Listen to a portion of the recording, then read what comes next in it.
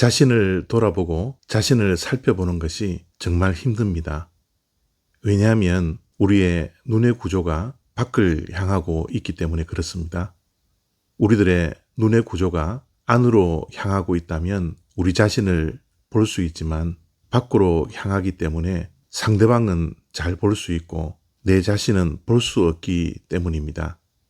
그래서 우리는 상대방의 눈 속에 있는 티끌은 볼 수 있어도 내 눈 속에 있는 들보는 볼 수가 없는 것이죠. 어쩌면 이 땅에서의 승리하는 자는 자기 자신을 얼마나 살피고 얼마나 자기 자신을 관리하느냐에 따라서 이 땅에서의 승리와 패배가 결정될 수 있는 것입니다. 그만큼 자기 관리가 중요한 시대에 우리가 살아가고 있는 것이죠. 고린도전서 11장 27절부터 29절까지 말씀입니다. 그러므로 누구든지 주의 떡이나 잔을 합당하지 않게 먹고 마시는 자는 주의 몸과 피에 대하여 죄를 짓는 것이니라. 사람이 자기를 살피고 그 후에야 이 떡을 먹고 이 잔을 마실지니 자기 몸을 분별하지 못하고 먹고 마시는 자는 자기의 죄를 먹고 마시는 것이니라. 아멘. 우리가 성찬식에 참여할 때 어떻게 참여해야 할지에 대한 말씀입니다. 사도 바울은 우리가 성찬에 참여하기 전 자기 자신을 살펴보라고 말씀하고 있습니다. 자기 자신을 살펴보고 성찬 예식에 참여하는데 합당한 사람인가를 먼저 보라는 것입니다. 만약 그렇지 않다면 성찬 예식에 참여하는데 우리가 아무런 유익을 갖지 못하고 오히려 우리 자신의 죄를 먹고 마시는 성찬식이 된다라고 경고하고 있습니다. 우리가 매일 음식을 먹을 때는 우리 자신을 살펴보지 않습니다. 내가 이 밥을 먹는데 그리고 이 반찬을 먹는데 합당한 사람일까? 그러지 않을까? 우리 자신을 살펴보지 않죠. 그런데 성찬 예식은 특별한 음식입니다.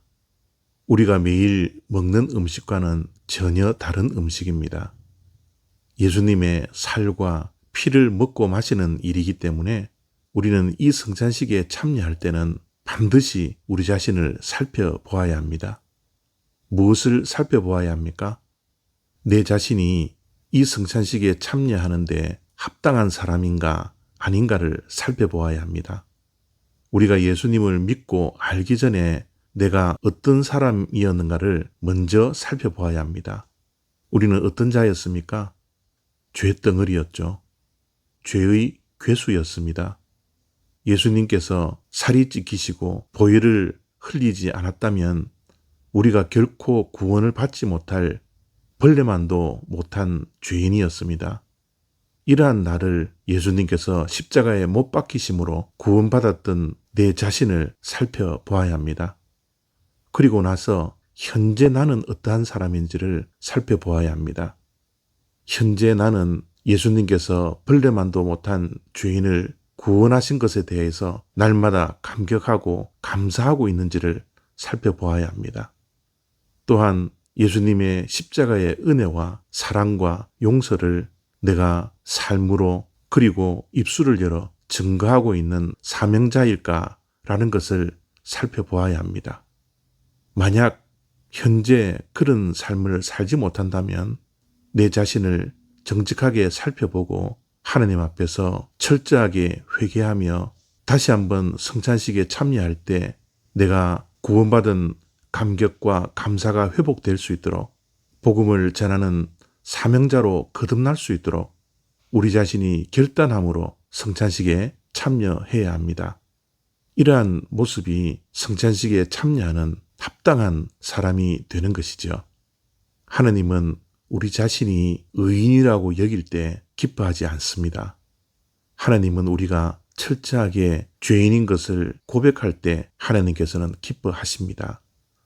예수님도 이 땅에 오셔서 의인을 부르러 온 것이 아니라 죄인을 부르러 오셨다고 말씀하고 있습니다.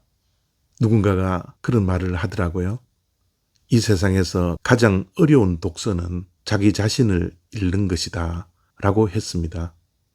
우리가 많은 책을 읽더라도 하나님의 말씀인 성경책을 백독을 했다 할지라도 자기 자신을 읽어내지 못하고 자기 자신을 볼 수 없는 자라면 헛된 독서인 것입니다. 그렇기에 가장 위대한 독서는 자기 자신을 살필 수 있는 자신을 읽는 독서라는 것을 우리는 항상 기억해야 합니다. 그렇기에 성찬식에 참여할 때마다 자기 자신을 살펴보아 성찬 예식에 참여하는 합당한 주님의 백성들이 다 되시기를 바랍니다. 감사합니다.